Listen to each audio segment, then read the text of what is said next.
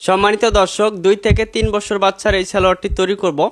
এখানে কাপড় নিচ্ছি 1 গজ 4 গিরা 2 হাত বহরের। এই কাপড়টিকে প্রথমেই আমাদের 2 পাট করতে হবে। পাড়ের অংশ থেকে এভাবে এভাবে 2 পাটে ভাঁজ করব। তো দেখিয়ে দিচ্ছি, দেখেন 2 পাট কাপড়। এরপর ঠিক এভাবে কোনা করে 4 পাট করে নিতে হবে। এরপর লম্বার মাপটি নিব। মোট লম্বা হবে 21 ইঞ্চি। তার জন্য দেখেন 18 ইঞ্চি পরিমাণ প্রথমে এইভাবে সুন্দর করে ধরে আমরা কাটিং করে নিব। 18 ইঞ্চি লম্বা নিতেছি এটা। এরপর বেল দিব আমরা 4 ইঞ্চি।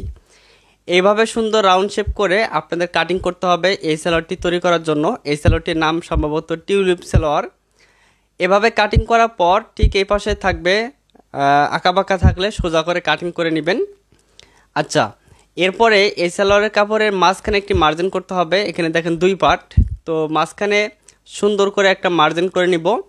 এরপরে দেখেন এই পাশের কাপড়টা এই মার্জিন অনুযায়ী ভাঁজ করে দিব, আর এই পাশের কাপড়টা ঠিক এভাবে ভাঁজ করে রাখতে হবে।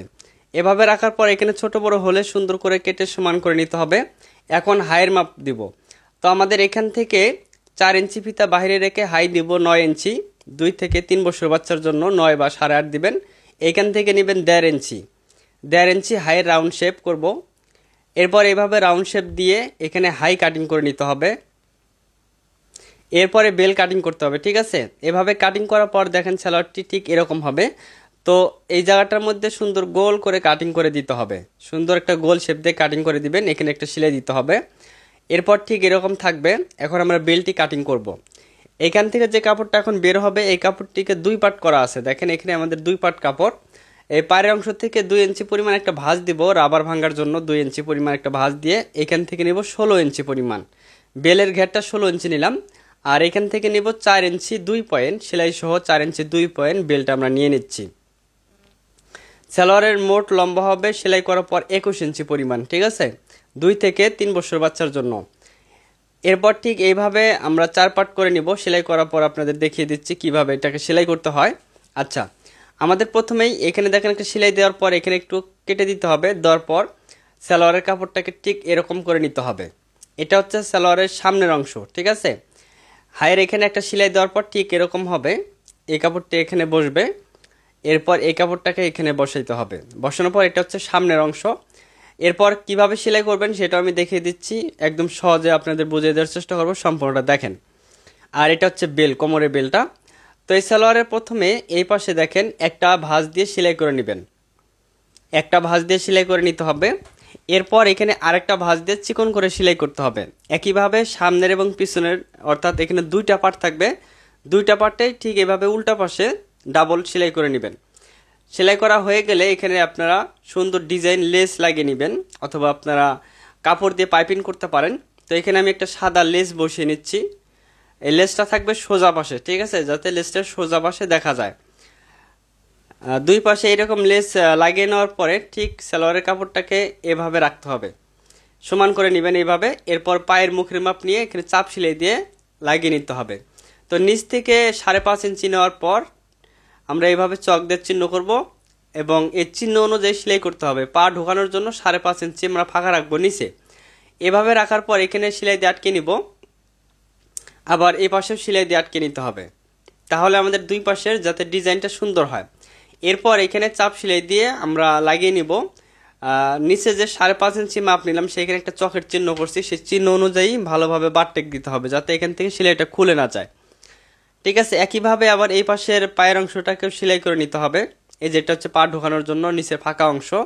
একইভাবে এই পাশেও সেলাই দিয়ে নিতে হবে। নিচের কাপড়টাকে সরিয়ে সেলাইটা দিবেন যাতে নিচের কাপড় সহকারে যাতে আবার আটকে না যায়, ঠিক আছে, খেয়াল করবেন।